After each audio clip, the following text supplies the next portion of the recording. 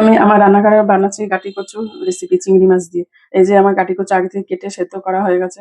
আর এই যে চিংড়ি মাছ ছাড়ানো হয়ে গেছে। দাড়ি গোঁফ সমেতই রেখেছি। টমেটো কুচানো আছে আর এই যে মসলাগুলো রয়েছে। কড়াইতে তেল গরম হয়ে গেছে। এতে আমি কয়েকটা দিয়েছি কাঁচা পাকা লঙ্কা আর চিংড়ি মাছগুলো দিয়ে নেবো। একটু চিংড়ি মাছগুলো ভেজে নেবো। আর তারপরে দিয়ে দেবো মশলাগুলো। এই যে জিরের গুঁড়ো দিয়ে দিলাম। আর দেবো একটু ধনে গুঁড়ো দিয়ে এবারে এই মশলাগুলো মিক্সিতে সব একবারে পেস্ট করবো। এই মশলাগুলো ভাজা ভাজা হয়ে গেছে। এবার আমি এগুলো মিক্সিতে পেস্ট করব। কিছু চিংড়ি মাছ মিক্সিতে পেস্ট করব আর কিছুগুলো গোটা রাখবো।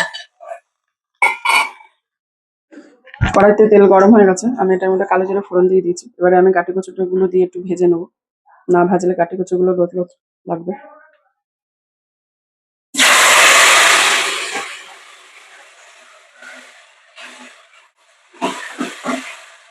কচুগুলো ভাজা হয়ে গেছে। এবারে আমি মশলাগুলো এক এক করে দিয়ে দেবো।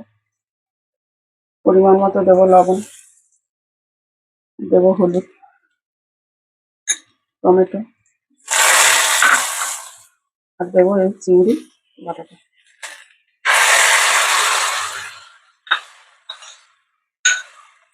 মশলাটা কষানো হয়ে গেছে। এবারে আমি জল দিয়ে দেবো।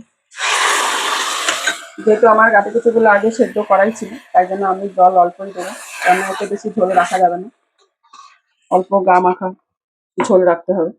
আর আমি দিয়ে দেবো একটুখানি কাশ্মীরি লঙ্কার গুঁড়ো কালারের জন্য।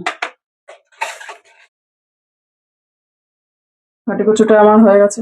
এবার গ্রেভিটা একটু কম রেখেছি, খুব সুন্দর একটা ফ্লেভার বেরিয়েছে। এবারে আমি ঢেলে দিচ্ছি বাটিতে। এটা গরম ভাত দিয়ে খুবই ভালো লাগবে খেতে। গাটি কচু খেলে রক্ত পরিষ্কার করে। এটা গাটি কচু খাওয়াও খুব ভালো। এটা ভালো লাগলে আপনারা বাড়িতে অবশ্যই ট্রাই করবেন। আর আমাকে লাইক করে কমেন্ট করে শেয়ার করবেন। আর ধন্যবাদ।